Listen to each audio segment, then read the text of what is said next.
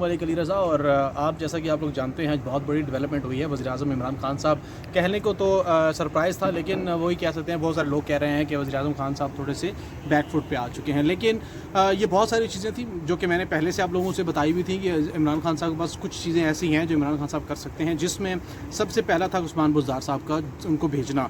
और उसी वजह से आज जब देखा कि बिल्कुल भी मामलात जो है वो कंट्रोल से बाहर होते जा रहे हैं, तो उसके बाद उन्होंने देखा कि वज़ीर आला की कुर्सी जो है वो काफ लीग को दे दी गई है।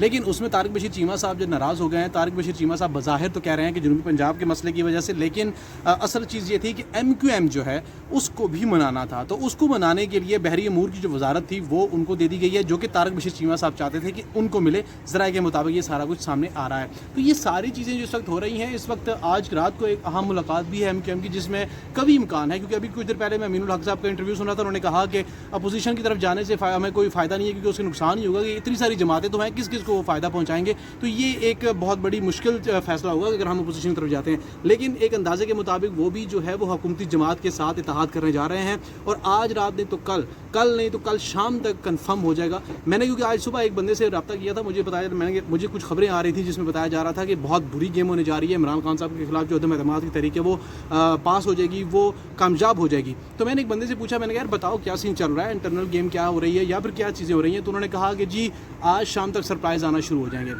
वो बहुत अच्छे मेरे दोस्त हैं और उन्होंने मुझे कहा कि आज शाम तक सरप्राइज़ हो जाए। तो वही बात जो मैंने उनसे बोली थी, वो कहते हैं कि आपकी बात जो है वो सच होने जा रही है, जो आपने पहले भी कहा था कि वजारत पंजाब की जाएगी। तो एक चीज़ ये है कि पंजाब की कुर्बानी दी गई है विफाक को बचाने के लिए। अब विफाक कब बचता है, कैसे बचता है, इसके लिए भी थोड़ी बहुत मेहनत हुकूमती जमात को करनी पड़ रही है। सबसे बड़ा जो बैकला होगा, सबसे बड़ा जो कह लें कि जो मुश्किल होगी, वो इनके जो नाराज़ अरकान हैं उनको वापस लाने में मुश्किल होगी। वो भी फैसल जावेद साहब का ट्वीट हमने देखा, उनकी बयान देखा, तो उन्होंने कहा कि जी वो भी अब रब्ता कर रहे हैं, वापस आ रहे हैं। लेकिन दूसरी तरफ अपोजिशन के हवाले से जो अहम बात है वो मैं आपको बताऊँ। मेरे एक दोस्त से आज मैं पार्लियामेंट गया हुआ था, वहाँ पर उन्होंने मुझे बताया कि 161 अरकान मौजूद थे, 162-63 अरकान अपोजिशन के पास हो चुके हैं, 4 बंदे आज फिर उनके पास आ गए। तो मतलब करते करते कुछ चीज़ें बहुत सारी ऊपर चली गई हैं। दूसरी जानिब MQM बहुत इंपॉर्टेंट रोल प्ले करने लगी है कि आखिर वो फैसला करेंगे किस तरफ जाएंगे या किस तरफ नहीं जाएंगे।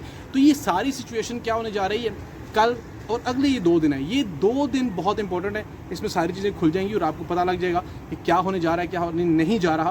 तो एक चीज़ तो कंफर्म है कि इमरान खान साहब ने अपने पत्ते खेलना शुरू कर दिए हैं, क्योंकि बहुत सारी चीज़ें जो ऑप्शंस थी वो ऑप्शंस ख़त्म होना शुरू हो गई थी। उन्होंने अब पत्ते खेलना शुरू कर दिए। अब फैसला ये होगा कि जो तहरीक अदम एतमाद की वोटिंग होगी उसमें सारी चीज़ खुलकर सामने आएगी। तो बज़ाहिर जो मोतबर हल्के हैं, जो बड़े लोग हैं, जो जर्नलिस्ट हैं, वो ये कह रहे हैं कि अब जो अगर MQM के फैसले के बाद कल जहांगीर तरीन साहब भी वापसी का ऐलान कर देंगे, अलीम खान की भी कल मीटिंग है उनकी ग्रुप की, तो वो भी कल वापसी का इंशाल्लाह ऐलान करने वाले हैं। क्योंकि हमारे जो ज़राए हैं वो जो उनके राब्ते हुए हैं, उन्होंने कहा जी अब देखते हैं क्या फैसला करता है। लेकिन अगर वो अपोजिशन की तरफ जाते हैं तब भी कोई मसला नहीं होगा।